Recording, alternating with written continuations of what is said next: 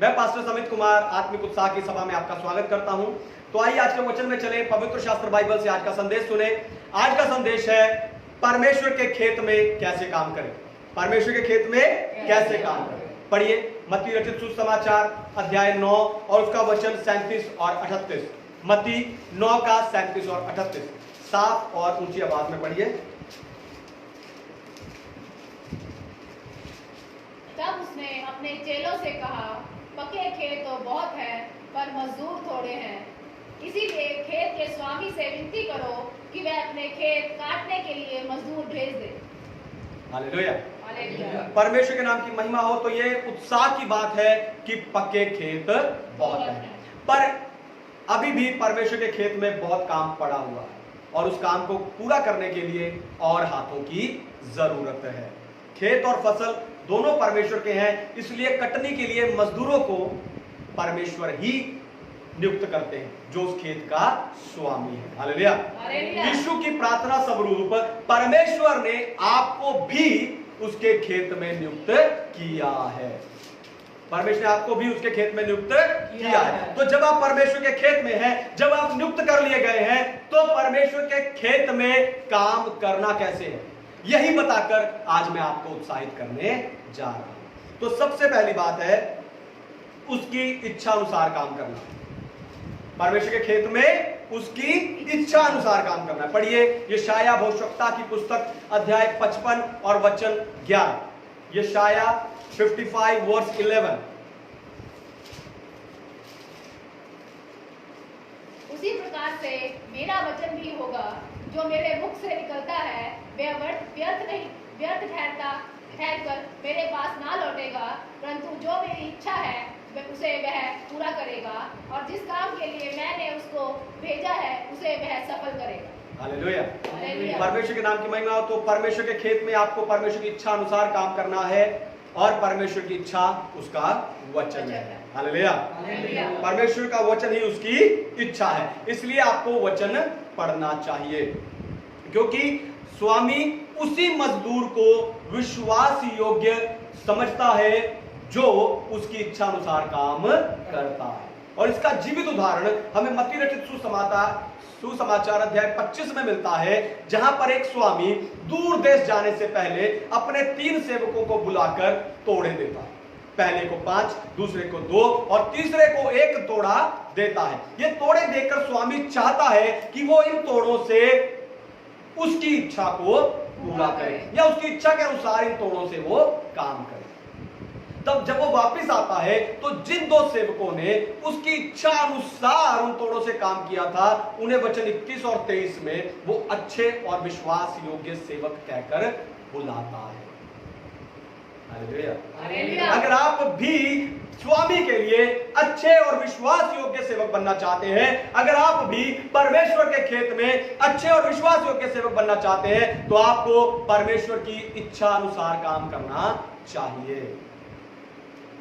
इच्छा जान लेना काफी नहीं है, इच्छा पर चलना काफी नहीं है, इच्छा को पूरी करना जरूरी है।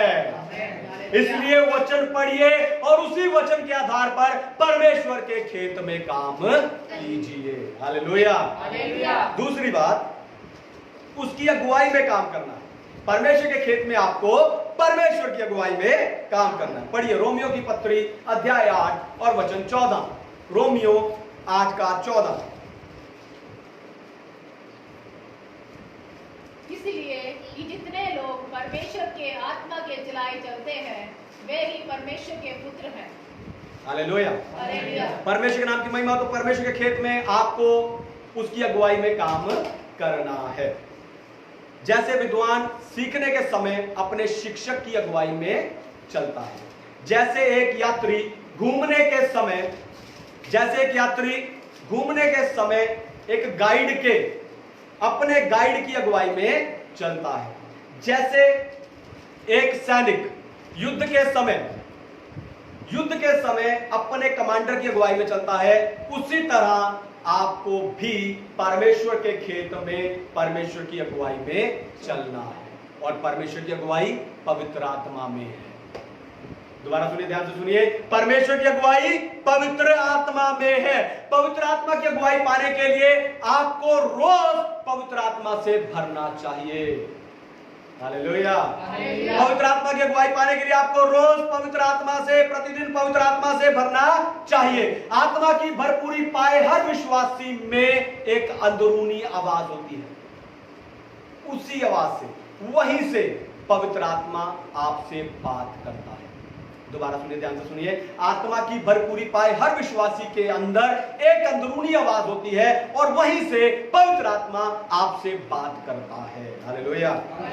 आपको उस आवाज को पहचानना और सुनना शुरू करना है और फिर उसी आवाज के आधार पर वैसे ही आपको काम करना है, उसी अगुवाई में आपको काम करना है, क्योंकि अगुवाई का अर्थ यही है, परमेश्वर आपके आगे और आप उसके पीछे चलें। हालेलुया। याद रखिए, आत्मा ही, केवल पवित्र आत्मा ही परमेश्वर के खेत में काम करने के लिए आपको वो जरूरी औजार, वो जरूरी उपकरण, यानी आत्मिक हथियार आपको प्रदान करेगा। हालेलुया। वो जरूरी उपकरण, वो आत्मिक हथियार आपको केवल पवित्र आत्मा ही प्रदान करेगा। इसलिए पवित्र आत्मा की अगुवाई में आप परमेश्वर के खेत में काम करना है। तीसरी बात, प्रभावशाली ढंग से काम करना है। परमेश्वर के खेत में आपको प्रभावशाली ढंग से काम करना है। पढ़िए लूका का सुसमाचार अध्याय 10 और वचन 19। Luke chapter 10 verse 19। लूका 10 का 19। देखो, मैंने तुम्हें सांपों और बिच्छुओं को रौंदने का और शत्रु की सारी सामर्थ पर अधिकार दिया है और किसी वस्तु से तुम्हें कुछ हानि ना होगी। हालेलुया। हालेलुया। परमेश्वर के नाम की महिमा। तो परमेश्वर के खेत में प्रभावशाली ढंग से काम करने के लिए आपको सामर्थ और अधिकार चाहिए। याद रखिए, बिना सामर्थ के आप प्रभावशाली नहीं हो सकते। दोबारा सुनिए, ध्यान से सुनिए। बिना सामर्थ्य के आप प्रभावशाली नहीं हो सकते, क्योंकि मत्ती रचित सुसमाचार अध्याय 13 वचन 39 में लिखा है कि परमेश्वर के खेत में शैतान लगातार बुरे बीज बो रहा है और ये बुरे बीज अच्छी फसल को भी खराब कर सकते हैं। इसलिए परमेश्वर चाहते हैं कि आप उसके खेत में बीमारों को चंगा करें, दुष्ट आत्माओं को निकालें, मुर्दों को जिंदा करें, हर आत्माओं को जीते, जीवनों को रूपांतरित करते हुए उसके खेत में काम करें। हालेलुया। उसके खेत में प्रभावशाली काम करें। और ये सामर्थ आपको प्रार्थना से मिलेगी। ये सामर्थ आपको, ये सामर्थ और अधिकार आपको प्रार्थना से मिलेगी। हालेलुया। इसलिए प्रतिदिन परमेश्वर के खेत में काम करने जाने से पहले प्रार्थना में बैठकर सामर्थ पाइए। आपके बीच में 2 घंटा खड़े होने से पहले मैं 2 घंटा परमेश्वर के साथ बिताता हूं। हालेलुया। वो सामर्थ पाने के बाद ही मैं परमेश्वर के लोगों के बीच में आकर खड़ा होता हूं। इसलिए सामर्थ और अधिकार पाइए और फिर परमेश्वर के खेत में काम कीजिए। हालेलुया। चौथी बात, बुद्धि के अनुसार काम करना है। परमेश्वर के खेत में आपको बुद्धि के अनुसार काम करना है। पढ़िए याकूब की पत्री अध्याय 3 वचन 17 और 18। याकूब की पत्री अध्याय 3 और उसका वचन 17 और 18।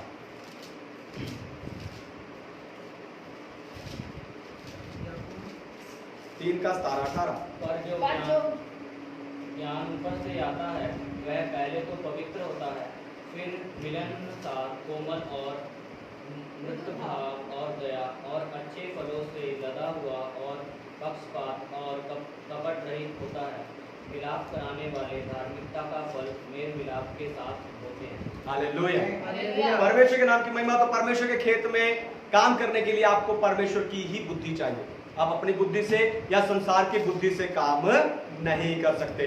परमेश्वर के खेत में, परमेश्वर के खेत के लिए चेलों को चुनने से पहले यीशु मसीह ने सारी रात प्रार्थना की। यानी ये ईश्वरीय बुद्धि और ज्ञान आपको ऊपर से मिलता है। हालेलुया। ये बुद्धि और ज्ञान आपको ऊपर से मिलता है। परमेश्वर के खेत में काम करते समय जब आपके जीवन में कोई समस्या आए, उस समय परमेश्वर से चंगाई, छुटकारा, आशीष या चमत्कार मत मांगिए। परमेश्वर से बुद्धि मांगिए। जब आप परमेश्वर की दी हुई बुद्धि के द्वारा अपनी समस्या को हल करेंगे, तब आपका विश्वास प्रदर्शित होगा।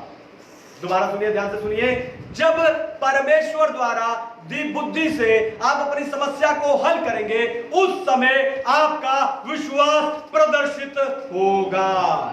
और ये बुद्धि और विश्वास ही आपको परमेश्वर के खेत में सफल बनाएंगे। ये बुद्धि और विश्वास ही आपको परमेश्वर के खेत में सफल बनाएंगे।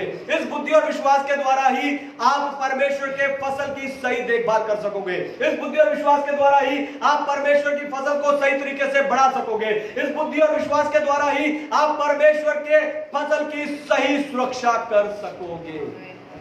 इस बुद्धि और विश्वास के द्वारा ही आप एक भी फसल को नष्ट किए बिना कटनी करोगे। और इस बुद्धि और विश्वास के द्वारा ही आप परमेश्वर की फसल को उसके खत्ते में सही ढंग से भरोगे, क्योंकि जब वो आएगा और अपनी फसल को ले जाएगा। हालेलुया।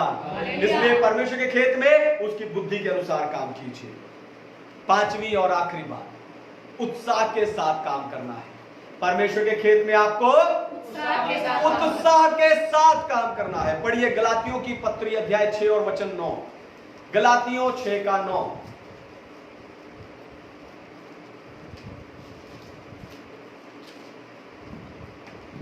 जल्दी। हम भले काम करने में साहस न छोड़ें, क्योंकि यदि हम ढीले न हो तो ठीक समय पर कटनी काटेंगे। हालेलुया। परमेश्वर के नाम की महिमा। तो सच में परमेश्वर ढीले नहीं पर समय पर कटनी करने वाले उत्साहित मजदूरों को चाहता है। हालेलुया। परमेश्वर चाहता है कि आप उसके खेत में उत्साह के साथ काम करें। परमेश्वर चाहता है कि जब आप उसके खेत में कठिन परिश्रम भी करें, उस समय उत्साहित स्तुति आराधना करते रहें, उस समय उत्साह के साथ प्रार्थनाएं करते रहें, उस समय उत्साहित गीत गाते रहें, उस समय हालेलुया उत्साहित के साथ उसकी जय जयकार करते हुए, उसकी जय जयकार में मगन होकर आप उसके खेत में काम करें। हालेलुया। और ये उत्साह आपको सिर्फ आत्मिक उत्साह की सभा में मिलेगा। दोबारा सुनिए, ध्यान से सुनिए। ये उत्साह आपको सिर्फ आत्मिक उत्साह की सभा में मिलेगा, क्योंकि आत्मिक उत्साह की सभा को यानी मुझे परमेश्वर ने एक खास असाइनमेंट दिया है। ये आत्मिक उत्साह का खास असाइनमेंट परमेश्वर ने मुझे दिया है। ये आत्मिक उत्साह का खास कार्यभार परमेश्वर ने मुझे दिया है। ये आत्मिक उत्साह का खास अभिषेक परमेश्वर ने मुझे दिया है। इसलिए हर रविवार आत्मिक उत्साह की सभा से जुड़कर एक नए उत्साह से भरते जाइए और परमेश्वर के खेत में काम करते जाइए। परमेश्वर के खेत में उत्साह के साथ काम करते जाइए, क्योंकि परमेश्वर ढीले नहीं पर उत्साहित मजदूर